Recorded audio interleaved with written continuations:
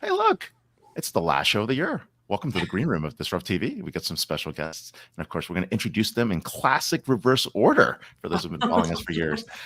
But more importantly, here with me is amazing co-host Vala Afshar, wonderful producer Elle, and of course, our guest here. So, John, where are you coming in from? What are we talking about today? And you got a whiteboard. That scares me. I'm in the Bat Cave in Western Massachusetts. We're going to talk, try to get beyond AI fatigue and have a good conversation about the good news and bad news about enterprise AI. And if you want to talk about non-AI stuff, I'm ready for that too. All right, sounds great. Wendy, where are you coming in from? I am coming in from sunny Los Angeles, not in a bat cave. I'd like to think this is just a nice sunny office. And here to talk about Fast Forward, the book and the system in the book. Very, very cool. We're looking forward to that. It's going to be great. So, all right. Well, kick it off, Al, on the last show of 2023. All right. 3, 2, 1.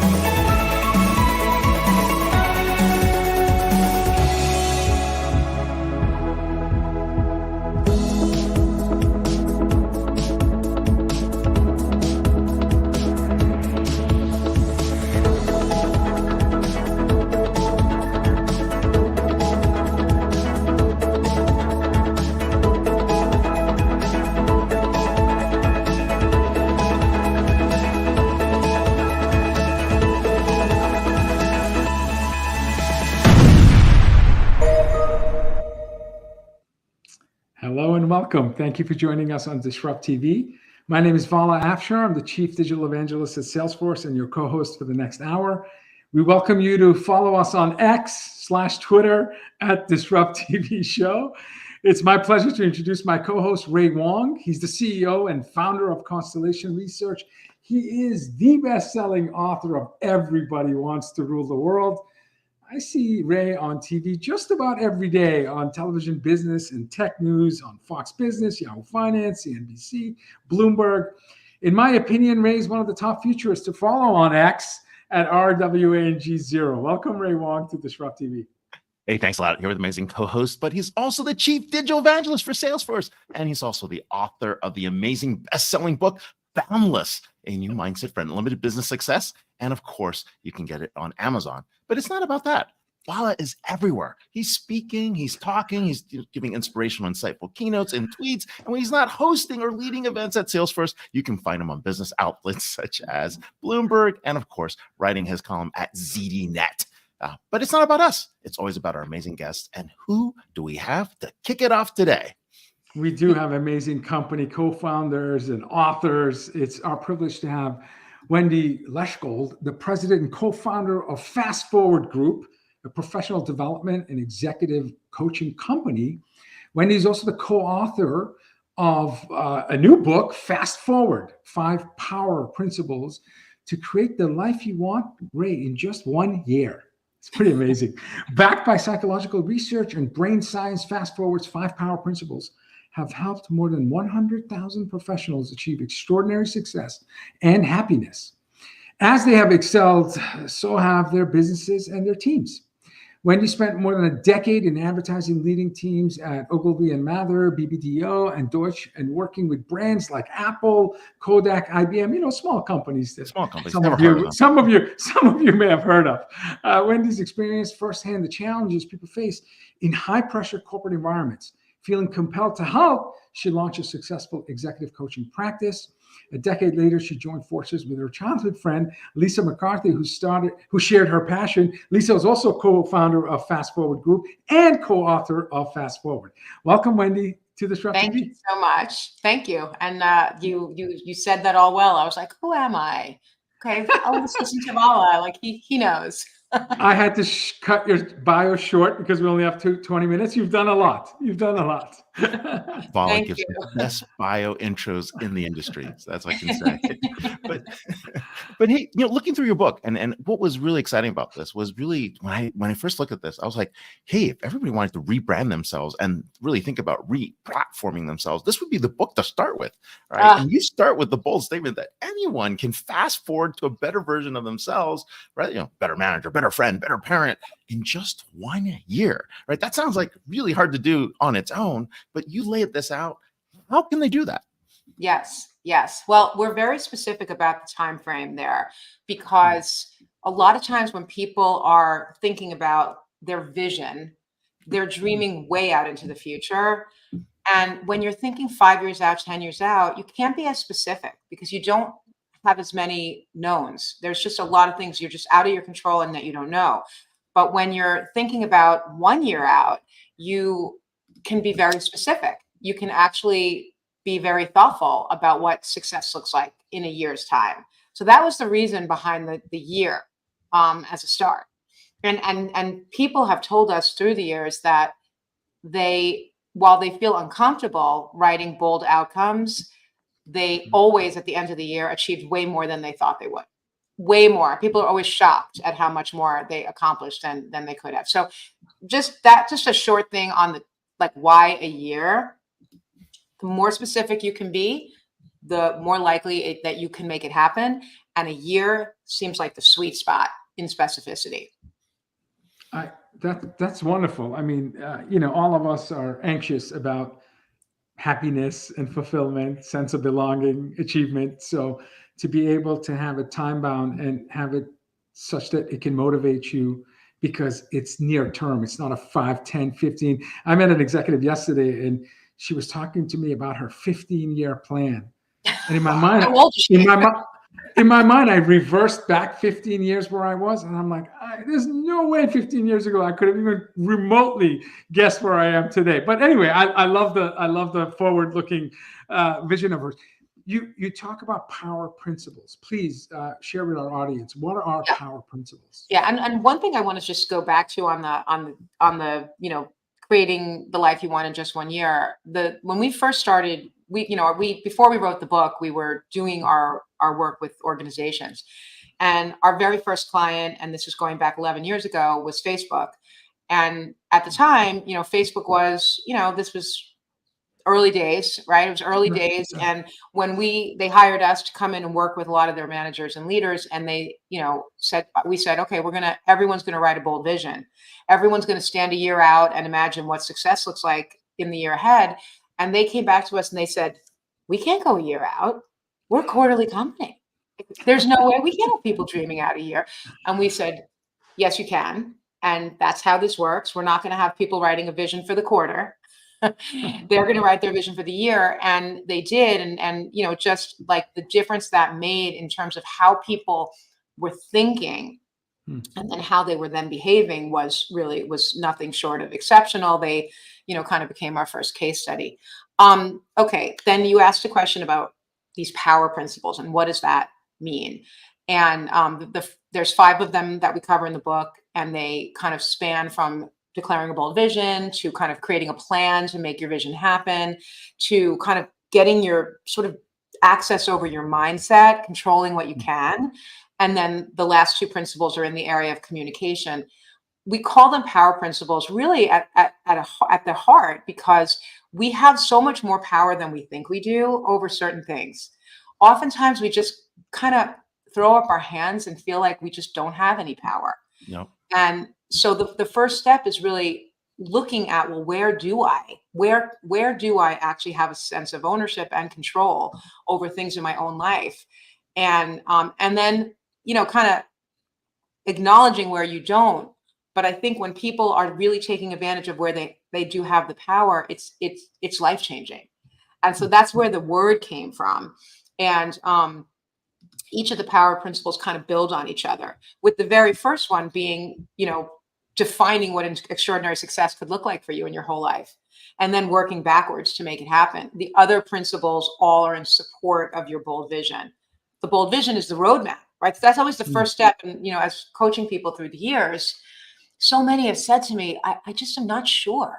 I don't know what I want. I'm not sure what success looks like. And the first step is trying to get clarity on that, because if you have clarity and you kind of know what's important to you, you can dream in color on what it could look like.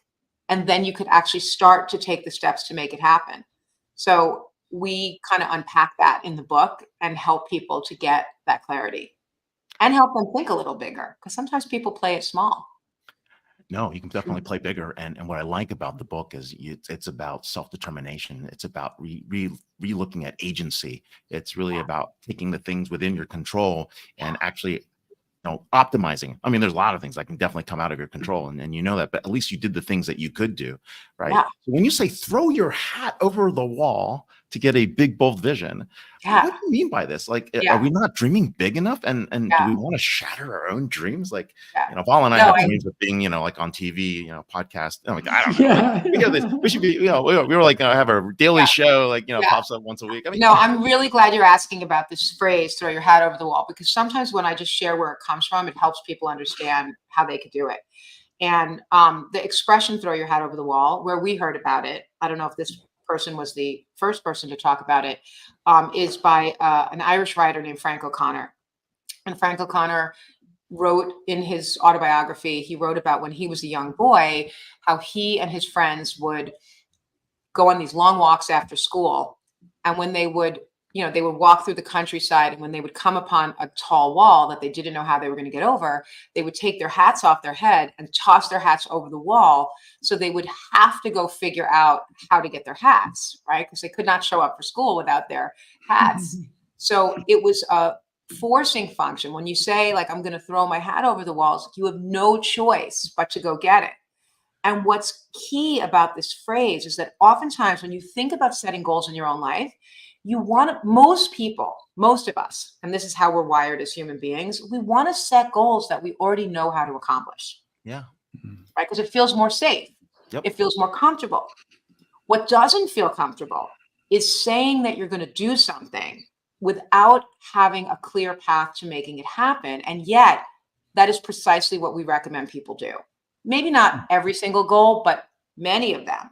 It's like, where in your life could you throw your hat over the wall for something that's so meaningful to you, so important to you, even if you don't have the answer of exactly how you're going to do it. You might know part of how you're going to do it, and then you have to figure the rest out. But people's actions are correlated to the future they see as possible. So if they think something's possible in the future, they will confidently and with great intention take action to make it happen. And you mentioned, start a podcast and, think about things in your life that where you've taken a big swing for something and you maybe were not 100% sure how. I mean, we've all done this, everybody listening to this right now, you think about, like, where have you done this in your life in the past? You told somebody you were going to do something, you didn't know how. But then after you told them and committed yourself, then you figured it out. And that is what it is to throw your hat over the wall. That was a great book, An Only Child. I think that's what it was, right? So the goal was to get the hat back. You're going to put the hat out there, but you're going to get it back. Right. Good reference, Sarah. That is exactly right. Now I remember this. Sarah. Got to go get the hat. When you reflect, like when I reflect about the decisions I made 5 to 10 years ago is why I'm here right now. 10 years ago, being active, writing, blogging, social media, and then, 5 years plus starting a podcast. So I'm trying to think, what are the decisions I'm making right now that's going to decide where I'm going to be 5 to 10 years from now? Yeah. But I don't have that clarity because I don't, again, I'm reflecting. It's Monday morning quarterbacking. I'm looking in the past and I know exactly the inflection points where I've decided to do something. And, I wouldn't be hired as an first evangelist at Salesforce. Yeah. If it wasn't for the writing, podcasting, being a columnist, speaking publicly. Yeah. But I'm an introvert and I fight with imposter syndrome. So I spent first 25 years of my career doing none of that. Yeah. Zero digital footprint, zero speaking, writing. So anyway, it's so but what you're saying actually is really important, because what you're saying is, I'm looking back and I'm seeing these times when I've been very intentional about going for something. What, even your what you just shared, being an introvert, you had to do things that you weren't automatically going to do. You had to take steps and actions that were Absolutely. maybe not in your comfort zone, and you had to do 100%. them anyway, right? Yeah. And so, I was avoiding. I mean, I was deliberately avoiding anything that would be taxing and difficult. And again, speaking and writing and socializing was totally out of my comfort zone. And in some ways, it still but is. you did it because it was in service of a larger goal that you had. And I think, sometimes people go into, the new year and they say to themselves, like, well, let's see what the year has in store for me, or like, what kind of year is this going to be? And we would, to that, I would say, well, what are you going for this year? What is going to be something that you are going to say in 2024, I'm going to throw my hat over the wall and I'm going to figure out how to go make that happen. And then, if you fail, then you fail. So what? You'll course correct, absolutely. You'll figure it out, and then you'll keep playing.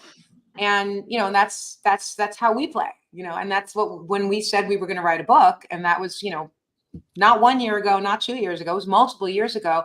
And we failed. We failed at the beginning. Like it didn't happen at first. We just weren't able to get organized. And you're speaking to the presidents of that club. Yeah, but Ray and I are going. Heard this story before. Ray and I are going to write a book next year, right, Ray? Oh my God, we just threw our hat over the wall. Listen, after 12, we've interviewed 1,200 extraordinary people like yourself. We've learned a lot over the last 7.5 years interviewing. So I think it's time for us to do that. But I'm going to get to my question. So, Wendy, I'm going to read this. This is Bruce Lee. And Bruce Lee, the greatest martial artist of all time, in my humble opinion, he said, don't speak negatively about yourself, even as a joke. Your body doesn't know the difference. Words are energy, and they cast spells. That's why it's called spelling. Change the way you speak about yourself, and you can change your life. Now, you, in your book, talk about the importance of how we speak to ourselves. Can you tell us why? And I think Bruce Lee really summarized it well. Honestly, I need you to send me that quote, because I'm putting it in my next book and maybe my next social post. So that's number one. But I love that quote so much, and I really do believe that. And I am actually going to share. I'm going to just tell a quick story about that, please, because I think it's better than me just kind of talking about it theoretically. I spent a lot of time when I was in my 30s telling people how busy I was and how hard everything was. I had 3 little children, and I was, working full time and doing all the stuff, right, that we do. Yes. And when people would say, that is really hard, by the way, Wendy, that's really hard. Well, but here's the deal. So people would say, hey, how are you doing? And I'd be like, I'm so busy, and things have just been really, really hard lately. And then I would proceed to tell them all the reasons why it was hard and all the things that I was busy with, as if anyone cared or that was interesting, because it was not.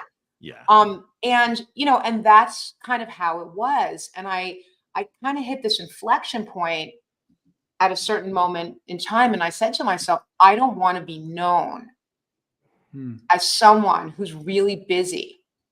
I want to be known as someone who is calm and patient and cares about people. And I want to be known as someone who has time for people that they really care about in their life. I want my children to know me that way.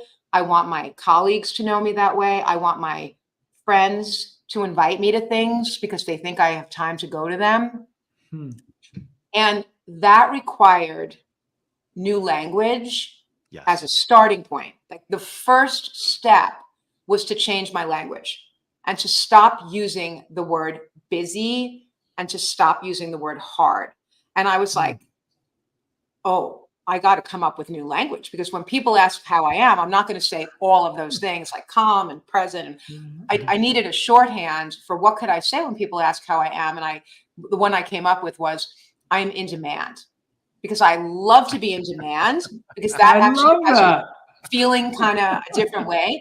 So, we always say language creates reality. And the first step to changing how you feel, and then changing how you show up to people in your life, is to change your language around anything. how you talk to yourself and how you talk to other people. So I'm a huge believer in that. And like Bruce Lee, who said it so much better, but we actually, the first step to changing your language is writing it in your vision and then reminding yourself and then using it in your conversations with people. That's a great story. That's a great story. Thank you for You know, sharing. one of the most important things a good friend of mine said to me is that exactly similar to your vein is that the people who truly have time for you, the ones that make time for you, are the ones that have known that's the most valuable thing they can give, right? That level of time, and you see that like there's certain individuals that are always busy. You never get a chance to catch with them because like you always see them in that motion.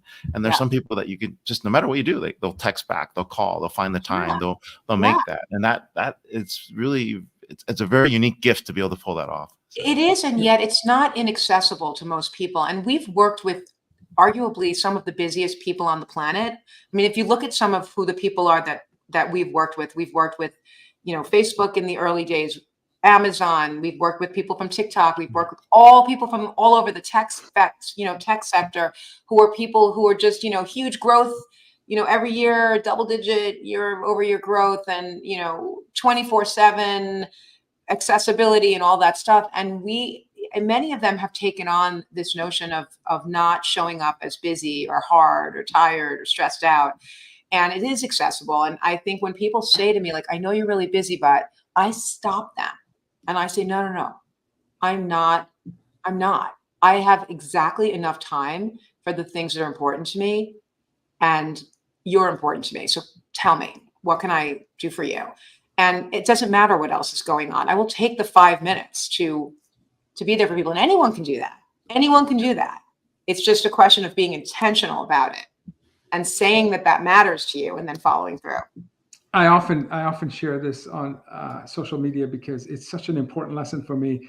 And I don't know who said it, I apologize, but it's some talk to you in their free time and some free their time to talk to you. Oh, that's good. Learn the difference. That's good. And my final question, God, you're like expanding our mind, like with all these wisdom nuggets you're dropping on us. I'll be watching this episode during the weekend. You talk about the importance of sharing your goals. And it's not just the spirit of radical transparency, but the importance of the act of sharing. And perhaps that leads to accountability and sense of responsibility. Can you talk to us about why it's important to share your goals? Yeah. I mean, if you want people to hop on board with things that you need them to help you do, you need them to see what you see in the future. So number one is getting people to be enrolled or really bought in on a future state. Something that you see is you have to share your vision with them to have them see that. So that's the obvious low-hanging fruit. The other thing, and this is really, if you're when you share what's important to you with other people, there's a certain vulnerability in doing that I think is essential to driving connection and having people feel you're accessible to them, especially when leaders share with their teams, because it's vulnerable to do that. You also can ask for a shared accountability. So let's say you say, and one of the first question in our vision exercise is, what are you known for a year from today? And we ask people to think about that as, well, what would you love to be known for? That's maybe not how you're showing up today. You know, so for me, one of the things I'm working on all the time is being known as someone who's patient, because that is not my natural state. I have to work at that. But I put that in my vision. I share it with my team and I tell them, if I am not showing up this way, you have permission to let me know. Oh, wow. And that is something that I think takes courage to be able to tell people to do, especially in those moments. It could be annoying when they tell you, but you have to then do the work. But that's the other benefit of sharing with people, is they can hold you accountable. They can help you, they can hold you accountable, and they will feel more connected to you. That's a great point. A lot of people talk, no action. And this is a great way to get that reinforcing function in play. So. Yeah. This has been fascinating, amazing, perfect timing before the new year. We're here with Wendy Leshgold, co-founder of the Fast Forward Group and author of the book Fast Forward: 5 Power Principles to Create the Life You Want in Just 1 Year. So Thanks, definitely Ray. catch it. And, Thank you, Wendy.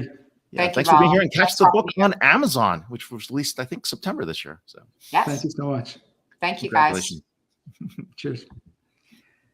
I love to hit that fast forward button. If one exists for life and work and career and thinking, I just got to tell you, this next guest is in high demand. Hot. he is in very high demand. We're always fortunate to have him, and I'm going to read his bio, even though it makes him uncomfortable. And I just don't think the bio does him justice. So he needs to talk to his CMO and update, because he's more extraordinary than what I'm about to read. Jon Reed is the co-founder of Diginomica, a member of Enterprise Irregulars, and a purveyor of multimedia content. Jon has been building enterprise communities for almost 30 years. He must have started, it's exactly 27 years, but I rounded up, and is quickly earning a reputation for outspoken views, and his research speaks to that, on pros and cons of generative AI in the enterprise. So lots of his writings speak to, the hype, the fact, and the fiction on AI. Jon's core areas include problems of customer experience, pursuit of AI analytics, return on investment, which we're going to talk about, work future, skills development, and the realities of transformation. Jon only shares what he believes to be true, which is pretty amazing. Follow Jon on X at Jon ERP, JON-ERP. Welcome, Jon, First Ballot Hall of Fame inductee to DisrupTV. Cool, man. I gotta get my CMO on that, man. Right now. Your bio doesn't do you justice. I'm just gonna let thanks. in the spirit of transparency, I'm just gonna say it. But okay, sorry. Thanks. I don't mean to be dunking on you. No, I appreciate it. This may be the first time in 1,200 guest interviews where I'm actually dunking on a bio, because you're bigger than the bio. Maybe that's part of your humility. That's part of your humility. You I don't are. know. You like, I remember meeting you, like almost 20 some years ago. Yeah. It's What a ride You're it's a been. you're a You're a legend. legend. You're a legend in the space in enterprise software. And What we're a lucky to have ride you it has here. been, huh? And So you know, what do you want to talk about? You want to talk about AI, or do you have AI fatigue and you want to talk about something else? Because No, I No, want to no, know no, what's I- after AI, actually. But let's talk about the year first and say, hey, what happened this year? Other than last year in November, something kicked off and everyone really got excited about it. And other than I mean, there's been a lot going on. The velocity of announcements gives us the impression that there's this velocity of innovation. I mean, what do you think? I mean, is it real? Is it really happening? Are people really seeing those gains? I mean, is this is not going to be the NFT of 2 years ago, right? Like no one's doing NFT POCs, right? And then nothing showed up of it. Like, where do you see this? okay, that's a good place to start. I always prepare new content for you, so I have a whole series of bad news, good news, because every kind of thing I came up with had sort of it's like dual edge. So I'll give you both edges, but essentially what happened this year that I think we have to respect is that you have to respect adoption. And I'm going to argue that generative AI in its current form is evolutionary in an enterprise context, not revolutionary. And that's a really, really important distinction. Yep. But I do think there's a cultural revolution around these technologies that we have to respect. And the fact that you read these surveys, right? What is it, like more than 50% of enterprise workers are using these tools in some form? You could never say that about NFTs or other stuff, right? And so the point is that puts a tremendous amount of pressure on enterprise leaders to say, what is going on with this technology? CEOs are asking their CXOs, what is our play here? Where are we vulnerable? What can we do with this? And also, by the way, we need some policies here, because our employees are potentially putting, proprietary information into these systems. So we need our own version of these systems, and fast, right? What could go wrong with that? Right. What can go wrong, right? I mean, I haven't seen any headlines about that. Have you? But if there's one thing I would really want to say, it's that we saw so many vendor announcements this year, and the reason for that is that as a vendor, especially in a publicly traded company, if you didn't say you were doing stuff around this, you were going to take a big stock hit, right? And you had to say you had a plan. But the problem with that was that we got way ahead of ourselves again, and it became very difficult for people like you and me and Vala, but also for customers to figure out what's real and what's not, right? Because announcements will be made, but then you would dig and you'd be like, well, actually, this is actually an alpha, or this is going to come next year sometime. Or so I call it like the mass scramble mode, where you get the announcement and now you're scurrying around to try to figure out what the hell just happened. And so there's kind of a good news, bad news going on here with enterprise AI. And the good news, I think, is that you can take the drama of OpenAI and you can kind of set it aside a little bit and say a lot of the problems with consumer scale AI, the ethical problems, the BS results can be modified and mitigated in an enterprise context. So if enterprises do their job right, they can be much more responsible and live up to the promise of responsible AI. So that's kind of the good news. The bad news to there is that we're just not there yet. And so I just published my first live enterprise scale use case on generative AI last week. The first customer I've ever been able to talk to and ask, how is this working for you? Did you get hallucinations? How did you deal with it? All of that stuff. And that's a process we're going to go through. And that, I think that's going to set up 2024 to be a very interesting year, because we're going to find out exactly what this is made of. But the answer to your question is that, yeah, it's real, but it has to be subject to the same discipline as any other technology. Are we going to make money? Are we going to save costs? Is it going to help improve experience? Right? All those questions.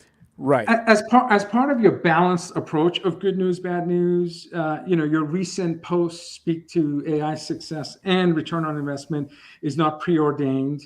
And there's a difference between flawed and successful approach. And what is the difference? And you say, well, that's what next year is going to be about, is trying to understand, our big jobs to again, successfully measure ROI and benefits. You also talked about, AI projects start off as data projects. So AI and data platform readiness is key theme that you continuously hear about. You referenced Minister of Defense in one of your posts saying it's about getting the IT basics and the data right. It's about focusing on what the minimum viable product is in order to move forward.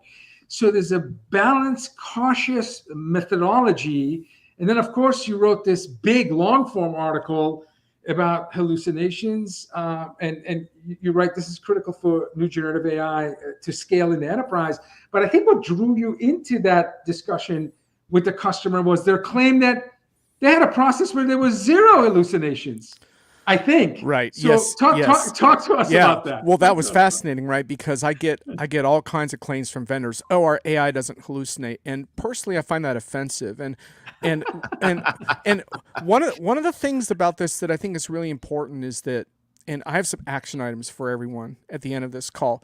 So remind me to kind of tie this all together at the end. But one of the action items has to do with the fact that we all have to become more technical to understand AI better, and to kind of not take everything at face value. And it's never been more important for business leaders to dig into technology a little bit so they can understand some of these claims, right?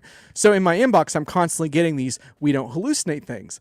And so I got one from a vendor called Quick that's doing a lot of stuff with service bots. And so I challenged their PR people and I said, okay, let me talk to customer. Let me talk to customer. I'm going to ask them directly about this. And it was a deal breaker for you, right? Like you wouldn't talk to them unless they gave you access to their customer. And I insisted that they not join the call. It had to be a one-on-one with the customer. They had to step out of the way and let me ask those questions. And I want to tie this back to CCE a little bit, because that's when the last time that you and I and we all hung out. And I think what was fascinating about CCE, you picked a great year to invite people like me to help moderate and like basically involve the audience more. And what we found, which was really fascinating, was that there's a real urgency to these discussions, right? And the urgency is not just existential risk and stuff like this. It's how is this going to affect me and my projects? And what was so fascinating was we kept trying to have this AI conversation and a data governance conversation kept breaking out. And so what we came back to this topic, which is this AI is provoking an important and overlooked data conversation, right? And here's the bad news part, is that AI can't really fix that. So in other words, you can't at this point in time set AI loose on your data infrastructure and say, please fix my dirty, broken data and break down my silos and make everything right. It doesn't work that way. I think AI will eventually help a lot with that, but it doesn't completely help that. So that's one problem. But the good news is, and what my use case demonstrated that I did, is that you don't have to clean your entire enterprise to have a successful AI project. What you have to do is pick something where you know you have quality data and start there, which is exactly what this particular company, which Loop, which is an insurance company, did. And I asked them about the accuracy of their results, and I really pressed them on this point. And the reason that they had such accurate results was because all the results are based only on their customer help documentation, which happened to be in very, very good shape prior to the AI project. So these are the kinds of questions that customers are going to have to ask vendors. Because, for example, when I did a demo of AI tools for Diginomica, I got very questionable results at times, but that's because they weren't just pulling from Diginomica, they were also pulling from ChatGPT data also. And so, in the enterprise, there's a lot of hype around, oh my God, is my data private? Those problems are going to get solved in the enterprise context, but you still have to ask these hard questions about how is this going to work, how am I going to get good results, and how is this going to fit? And that's kind of what I looked into in the use case. So. And for those of you listening, when Jon says good results, in this, again, I highly encourage you to read all his posts, but this long form on hallucinations. The client claims customer self-service rates increased by 3x to more than 50% of their automated resolutions, 75% positive customer satisfaction ratings for the AI assisted. 75 is really good, and 55% decrease in email tickets. So efficiency and effectiveness was achieved by starting with trusted data, very specific use, not boil the ocean. So this surgical approach of using generative AI seem to have had pretty decent return. That Loop Insurance case study is indicative of a lot of things, right? We're seeing 5 or 6 areas. Constellation has a new methodology called, return on transformation in investment, right? And if you think about what's going on, people are looking cost out. They're looking at compliance. They're looking at operational efficiency. They're looking at revenue growth. They're looking at the ability to create a new business model. And we're starting to see use cases like that pop up everywhere. It's going to get pretty exciting as to what those opportunities are. But the thing, don't you worry about this, Jon, that people might not have enough data to get to a level of precision that their stakeholders are going to trust? Why don't you just spent $10 million on an AI project and you realize that you're never going to get more than 82% accurate? What do you do at this point? Can we model it? Can we figure it out? Because there's going to be a lot of people that are going to run into that problem. Well, it's a really good question. And this is one of the interesting things about the enterprise in the next year is there's so much work being done on industry-specific large language models to try to make it possible to essentially enhance your customer-specific data with other more controlled but still rich, deep industry data. I think C3 AI, for example, has something like 25 plus industry LLMs that they built. So the point being, can we get closer to this is a really big question, Ray, because when you step back, one of the things you can do is look at the scientific research here and the nature of these breakthroughs. And the breakthroughs all had to do with big data, to your point. That's how we got to this type of extraordinary cultural phenomenon of ChatGPT. But the problem, of course, is that, to your point, accuracy levels are an issue. And the good news, though, is that accuracy tolerances are not necessarily set in stone in all use cases. In some cases, you can have more tolerance for inaccuracies as long as you have some human supervision. So, for example, in the case of a medical thing, the overreach is often the problem. So if you use AI as a diagnostic tool, fine, but you better have a doctor reviewing that before it goes to the patient, right? And the same with a medical transcription, because there's a lot of effort being done around, hey, maybe we could just transcribe these medical appointments, and then the doctor doesn't have to who are totally overworked have to do this busy work. But they are going to have to be very, very smart about reviewing those conversations, right? Because those small inaccuracies in that context can be pretty important, right? You don't want someone to say, well, Jon complained about stomach pain, but it turned out it was back pain, and that back pain was linked to some other condition that I was having. So these little things are really, really important.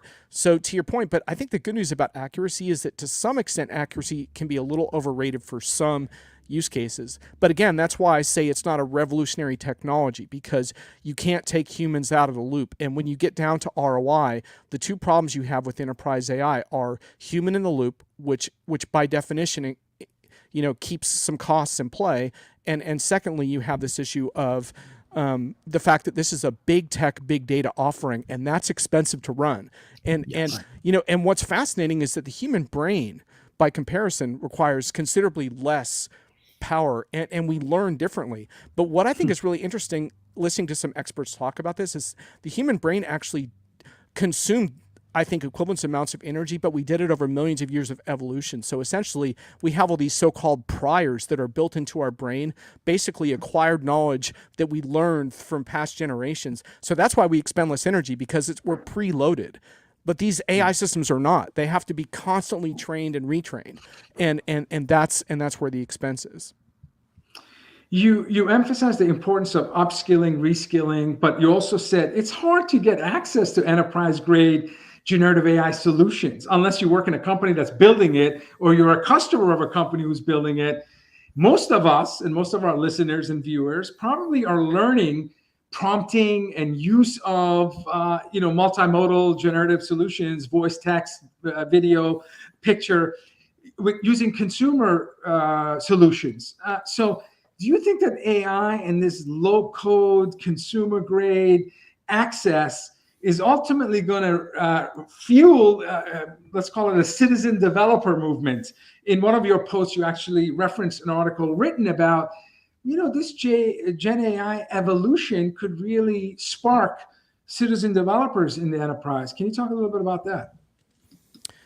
Right. I mean, you start to get to this thing around like, can I just write what I want to do and have the system kind of build it for me? And it's interesting because I think to an extent you can. I mean, it's a little bit different in the enterprise, because one of the things I kind of was thinking about before this call was how, there's really different between, like, I would see these things on Twitter like, oh, I built my WordPress site with, all with ChatGPT. And it's like, yeah, see, you built another crappy WordPress site. Like the internet has thousands of those, but good luck in an enterprise context with role-based restrictions, security, data governance, all that stuff, right? It's a whole different can of worms. So to build that into a business user framework is not going to be easy, but I think it does have a lot of interesting potential of the convergence of business and technology people to basically, like, okay, so it's like a good news, bad news thing. This current generation of AI is flawed.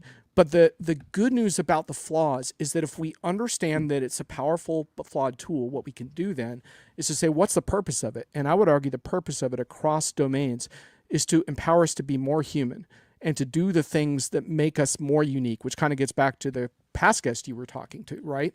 That essentially, let's take advantage of the fact that these tools don't overlap that much with what humans are good at yet. And the thing is that I think eventually they will. It's not going to be the reverse. Humans aren't going to figure out how to pattern match millions of data sets, but AI is going to figure out how to do over time more and more of what we do. But that's not yet. So for now, why don't we take advantage of that and try to elevate humanity to do the things we can really do? And to your point, in a business developer context, part of that is I'm going to create my own applications now. And maybe I need to bring a developer in to do some fine tuning, but essentially I built the app. You can see it happening. Yeah. Right. So accelerating prototypes may be something that, before you go into production where security, scalability, personalization has to be built in, you can maybe build something quickly and then give it to the professionals to bring to life. Go ahead, Ray. I was just saying that. Thank you, Charlie. Go ahead, Ray. Breaking news. Happy birthday. It's still your birthday, man. This is the birthday show. We just do This is where I want to spend my birthday with two of my favorite people. Man. So, gift is in the mail.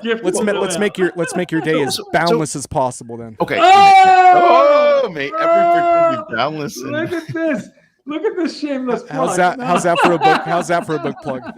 I love that. So have you guys seen the movie Blackberry? The one that's like in the back of the planes? Yeah. Like people are looking at this movie, right? And when we get to this point where, Mike Lazardi Fascinating. suddenly discovers that AT&T is not going with BlackBerry. They're going with the iPhone. And the reason they're going with the iPhone is because it's not a battle about minutes anymore. It's a battle Screen. about data. And it's a Yeah. battle about the screen, right? That whole thing.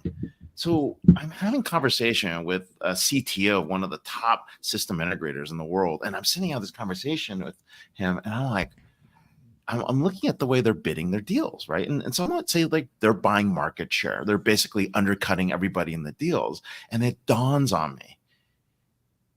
People think they're competing with another FTE or a human, but in reality, they're not anymore. They're competing with a bot, right? Mhm. And the fact that other competitors have not realized that they're competing with bot labor instead of humans is really the difference between how this SI is doing versus everybody else, because they've just discovered that it's a different game, right? And this is the thing, is like getting into the post AI framework, right? Of getting past the GPTs and the models and all their stuff. The new business models emerging of bot versus bot instead of bot versus human are just about to happen.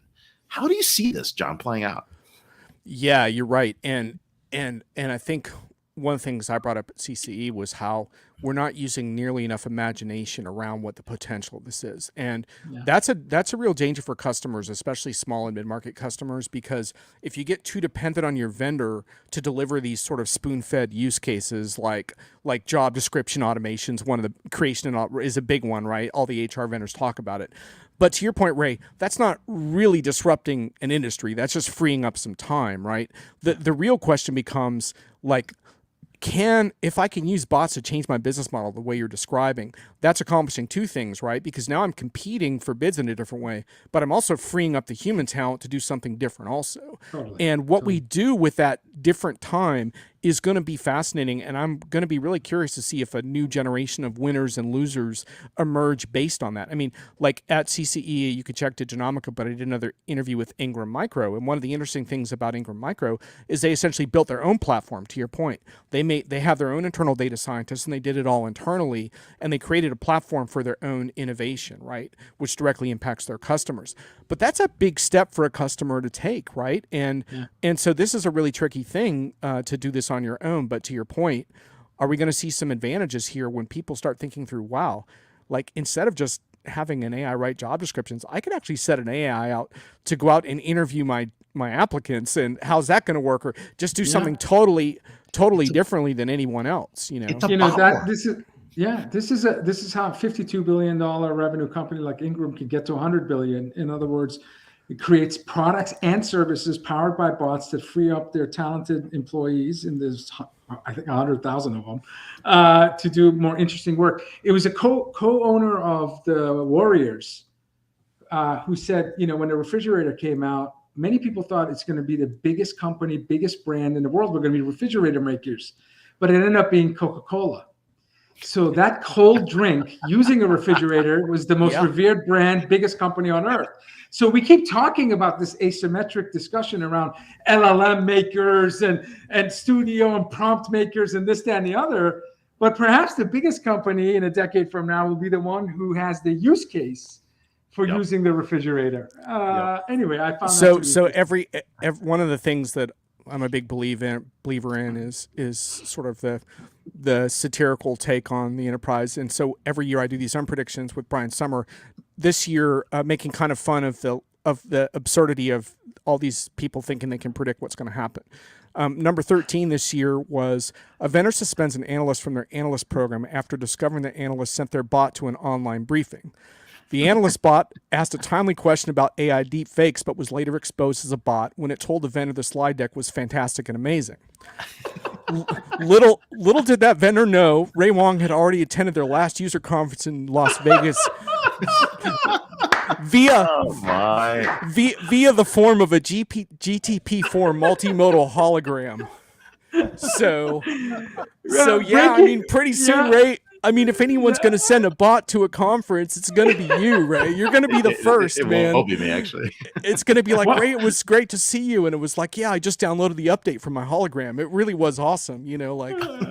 What makes you think this is real Ray Wang right now? We don't know, which actually we don't know. Which actually brings training data. Which actually brings me to brings me to my final sort of good news, bad news. It's actually bad news, great news. I think, and the bad news is, I think, is that the type of algorithmic economy that we're dealing with is going to increase our sort of polarization and further threaten democracies, because without sort of a agreed upon set of facts, there's really no civil discourse. And so the good news is a lot of people are working on issues of information and algorithms. But one of the recent research points by Maria Ressa was they did some studies that lies travel 7 times faster than facts. So those things are a little bit scary, right? And I think that was part of my call to action, is that we need to become more informed citizens and really understand, like, how do we like take a critical view towards the kind of information we consume without completely distrusting everything, which is a total breakdown, right? So that's one of our jobs, is that we have to kind of embrace that. We can't just work in a bubble and hope that society goes great. We kind of have to become citizens, not just consumers. That's one of the big ones. But I think the great news is just that there's never, getting back to your first guest as well, there's really never been a more important time to be human in all those good ways, to be brave, creative, outspoken, relationships that matter. You talked about that too. The only thing I would really say is just like that I believe in, that I would add to what Wendy said, is in addition to throwing things over the wall and taking those chances and being decisive and all that great stuff, amplify your own uniqueness. I was in a tailspin about 15 years ago until I met a bunch of people like Ray, the infamous Den Hallett, and all these people where I was like, oh my God, they're doing this in their own way. Maybe I can do that too. Like, maybe I can amplify what I'm doing in a different way. And I think like that's the lasting success I think we're after. And in a bot world, there's still a need for that. Like, in fact, it grows stronger. And the only thing I would say is that we also need to form alliances to amplify and help each other, because the one big problem with the algorithm economy is that it's very cruel. It sometimes reminds you of a high school cafeteria. It's like, now you guys aren't quite as relevant to that because you're kind of made men in the social world. Like when Vala puts something out there, like hundreds of people like it, and Ray, you're the same. But a lot of people don't have that. And getting to that point can be discouraging when you see, wow, I have just such a shred of a voice. And then there's this Instagram influencer posting trash and they're getting all this attention. So I think we need to do a really good job of amplifying the things we care about to make sure that they don't get lost, because this is not a meritocracy. When lies travel faster than truth, that tells you there's something wrong with the business model. And it's up to us to kind of refine that. But I think the good news is that there's room for that and people crave that. And that doesn't mean that bots can't do a bunch of cool stuff too, but so can we. So let's prove that. Let's prove our own excellence versus the bots. Jon, that's my message. The last 5 minutes, man, gold. You're not outspoken. You speak the truth with conviction. So people should have clarity in terms of the difference. It's evidence-based, it's deep research, and you speak the truth with conviction. So that's not outspoken. And Get that out of your bio. And we never have to worry about you being bought, man. That's the beauty. No. You're an independent voice. Yeah. I have no idea what Jon's going to say. Absolutely. No bots could quite imitate this, and that's sort of the goal. No, but you're trying to fool the bots. That's really what it is. You've been putting content and seeding it. So like 10 years from now, they'll be like, we don't know what Jon's going to do next. But I love your advice of embrace your uniqueness, have the courage and be bold, and speak the truth, and then help others. Which you, again, you're one of our favorite guests on the show. I think you've been on our show more than any other guest, and it's because when you come on the show, you help us reach our audience in a meaningful way.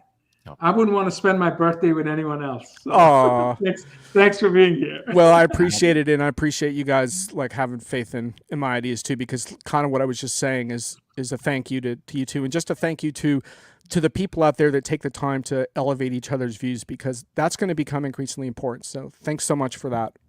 Happy birthday to Vala. Yeah, and happy birthday. I would sing happy birthday to you, but I'm not sure your audience needs to hear that. Is there AI for that too? Yeah, where's the bot when you need it, right? I know. That would be great. Thank you, Jon. Jon Reed, the one and only co-founder of Diginomica, and you can follow him on Twitter at Jon ERP. But more importantly, catch Diginomica, the site, if you want to get some great insight of what's happening in the B2B and enterprise tech world. So thanks a lot, Jon. The best. Happy holidays. Thank you. Happy holidays. So We kind of lied when we said this might be the last show, didn't we? What's going on? Well, okay. So yes, a white lie. It's our so this is the last regular format show. Ray and I have had the privilege this year, 2023 calendar year, since January 1 to present day, of having over 50 authors on our show. And some of these books have impacted our thinking, our how we're going to approach next year, the type of guests we want to bring back to the show. So Ray and I, a couple of weeks ago, it's actually probably a month in the making, have been debating, can we just have our top 10 books to recommend? And the debates, just yeah, right. And we couldn't agree. So we've had a number of calls. We have 50 amazing authors, right? And right. To be honest with you, maybe we should just do top 50 and save ourselves a headache because they're all extraordinary. But we thought, let's just be honest about the books and the segments and how, we felt about the summaries of the books in addition to the books. We had guests come in and weigh in. Some of the folks we were kind enough who are ferocious readers, who actually watch all our shows, read all the books that come on our show. So we have some outside input. Obviously, we have the best producer on earth. So certainly Elle has been trying to be the tiebreaker. But having said all of that, even with Elle trying to, make sure Ray and I don't get into fisticuffs, we have now 15 books. And we got a little bit more debates because, we're still not quite there. But we're going to try to do a show next week. I think it's going to be 19th or 20th. We're going to. It's a special time. You'll see it on Twitter. We'll let you know. Special time. We'll promote it this weekend. We'll let you know Monday for sure. Monday and Tuesday. But it's and we're going to do probably a 30-minute show. Just a summary of 15 extraordinary authors. Actually, 15 books. And it's going to be more than 15 authors because I don't want to leak anything, but some of the books have co-authors. So there's probably 25 to 30 people that we're going to recognize, but 15 books. And why 15? Because Ray and I couldn't agree on 10. And I think it's a win-win for all of us. We get to maintain our friendship and 5 more books get added to the list. Anyway, this is our last show, regular format show. We'll have a book show for our 2024 recommendations based on authors that have been here this year. We're going to be off for the next couple of weeks for holidays, for Christmas and New Year. All the replays on our site. On DisrupTV, on YouTube. You can listen to them on Apple, on iTunes, on the podcast. And of course, you can watch them on the DisrupTV site. But more importantly, we are booked till March 22nd for next year. I don't know if you know that, Vala. We are booked. And so if you've got ideas or guests, please let us know too.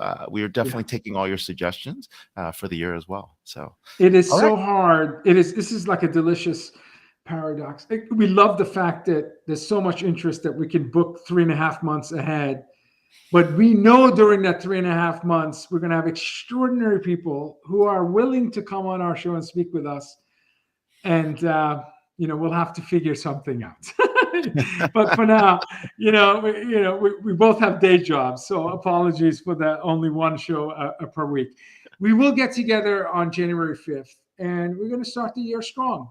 How strong? We have the #1 Thinkers 50 as our first guest. The #1 business management expert, Harvard professor, best-selling author, Amy Edmondson, author of Right Kind of Wrong, The Science of Failing Well. And again, she's the last 2 Thinkers 50, she's been top #1 thinker. We have Matt Abrams, author of Think Faster, Talk Smarter, How to Speak Successfully When You're Put on the Spot. So we're going to limit it to 2 guests because, again, Amy and Matt are extraordinary, just like all our guests. And then hopefully we'll talk to you next week when we reveal our top 15 best books to consider reading next year. Maybe next year, Ray and I can agree on 10. If it's Friday, it's DisrupTV. Happy holidays. Happy New Year to you all. We are grateful for you. We don't spend our Friday afternoons here if it wasn't for you tuning in and inspiring us to do so. Thank you so much. We'll talk to you in 2 weeks. Bye, everyone. It's Friday. It's DisrupTV. See ya.